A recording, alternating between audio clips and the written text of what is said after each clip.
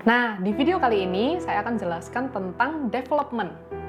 Pengembangan ketika kita sudah rekrut orang-orang di dalam tim kita dan kita mulai bergerak membangun dan mengembangkan kepemimpinan kita. Apa sih yang harus kita lakukan?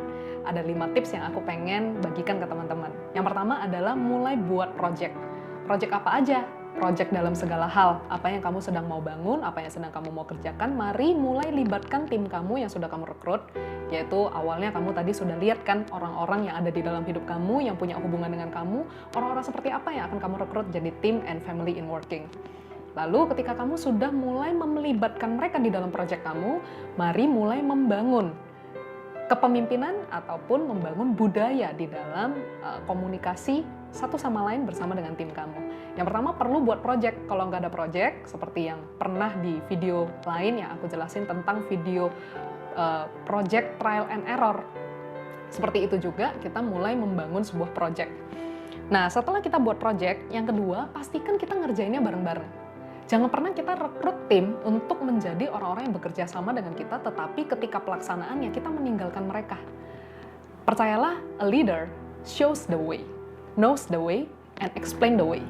Teman-teman harus tahu kalau kita sudah mengikatkan diri kita untuk menjadi seorang pemimpin di dalam sebuah kepemimpinan, kita nggak bisa melepaskan orang-orang yang sudah bekerja sama dengan kita untuk bekerja sendirian. Justru kita harus ngerjainnya bareng-bareng. Nah, ketika kita sedang membangun kepemimpinan kita, kita akan tahu yang mana yang harus diperbaiki, yang mana harus dievaluasi. That's why ketika kita mulai bekerja sama dengan tim kita, kita perlu mengerjakannya bersama. Jangan langsung ditinggalkan. Nah, ketika kita buat project, kita ngerjain bareng-bareng. Yang berikutnya, yang ketiga adalah kita bisa saling mengevaluasi dan saling memotivasi. Pastikan kita kalau punya tim, jangan lebih dulu dihakimi atau dikasih tahu apa salahnya. Seringkali kita langsung memiliki tim, lalu kita langsung membuat tim kita seakan mereka bekerja untuk kita karena kita upah mereka, entahkah itu kepemimpinan yang berbayar ataupun kepemimpinan yang volunteering. Kalau teman-teman sudah punya tim, jangan langsung dihakimi, tapi justru harus dimotivasi.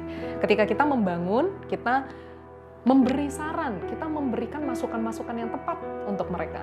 Nah, ketika kita mengerjakannya bersama, saling evaluasi, saling motivasi, jangan lupa kita terus mereview apa yang sedang kita kerjakan. Nah, sampai di sini kamu akan mulai lihat tim kamu akan mulai berkembang. Orang-orang akan mulai membangun komunikasi dengan tepat dengan kamu. Tapi jangan berhenti sampai di sini. Kalau kita sudah melakukan proyek yang berulang-ulang dan membuat kita semakin tahu nih kekuatan kelemahan orang-orang di dalam tim kita seperti apa, kita mulai mengerjakan proyek yang jauh lebih besar. Yang keempat, ketika kita mulai berkembang, kita harus mencari platform-platform yang baru atau hal-hal yang baru, project-project yang baru yang kita bisa kerjakan. Saya beri poin create level baru di dalam project. Biar nggak cuma itu-itu aja yang kita pelajari, tapi justru kita bisa membangun tim kita untuk belajar hal-hal yang baru. Tidak lagi mengerjakan project yang sudah berulang-ulang kita kerjakan. Tapi pastikan project yang sudah kita kerjakan sudah dikuasai dengan baik. Baru kita mulai naik level berikutnya. Lalu, yang kelima adalah, yang terakhir, ketika kita mulai berkembang di dalam tim kepemimpinan kita, maka pastikan setiap kita mulai bersiap-siap diri dengan konflik, perdebatan, perbedaan cara pikir, ataupun cara berkomunikasi yang mungkin bisa saja hektik dan intonasi tinggi. Tapi it's okay, ketika kita mulai memimpin dan berkembang bersama dengan tim kita, sangat lebih bagus budayanya kalau kita bisa saling interupsi dan saling memberikan masukan. Walaupun kritik dan masukannya bisa saja pedas. Tapi gak apa-apa, itu akan mengasah kita untuk terus berkembang. Tapi pastikan kita bisa menemukan cara komunikasi yang tepat dan baik. Dan ketika kita membangun tim, juga jangan lupa membangun budaya komunikasi di dalamnya.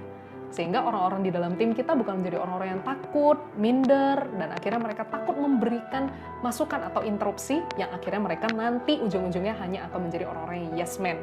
Tapi kalau misalnya kita bisa punya tim yang kita bangun komunikasi budayanya dengan baik, maka mereka tidak akan takut untuk memberi interupsi.